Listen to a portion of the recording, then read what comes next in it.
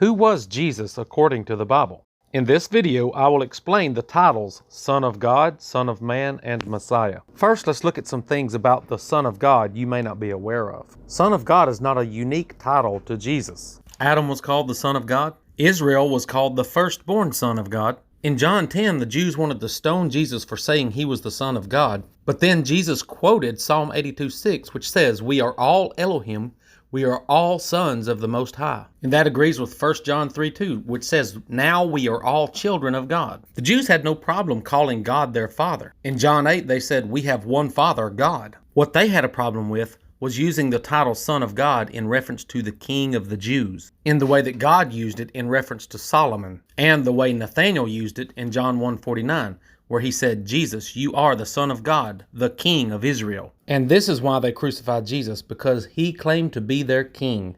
And they said, "We have no king but Caesar." So when Jesus said he was the Son of God, he was not claiming deity.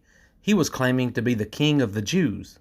And now let's look at the title, Son of Man. Ezekiel called himself the Son of Man over 90 times, and it's a title that simply means a human being. God said he is not a man, nor is he a son of man. The Bible tells us many times which man Jesus was the son of. He was the son of Joseph. Luke 4:22, isn't this Joseph's son? John 6:42, we know his father and his mother. Matthew 13:55, he is the carpenter's son. Mary rebukes Jesus in Luke 2 and says, "Didn't you know your father Joseph and I would be looking for you?" We even have the genealogy of Jesus to prove he is a man and a descendant of Joseph. Matthew 1:16 says Jacob was the father of Joseph, who was the father of Jesus. The genealogy of Luke 3 contradicts who Joseph's father was, but it's consistent on who Jesus' father was, Joseph. So clearly the Son of Man means of human descent. Now let's look at the Messiah. The word Messiah just means anointed. Leviticus 4 talks about the anointed priests. 1 Samuel 2 talks about the anointed king.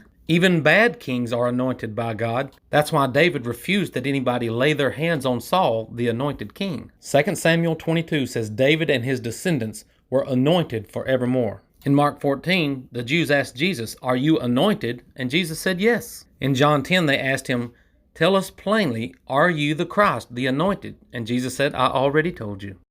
So these three titles, the Son of God, the Son of Man, and the Messiah, are not claims to deity.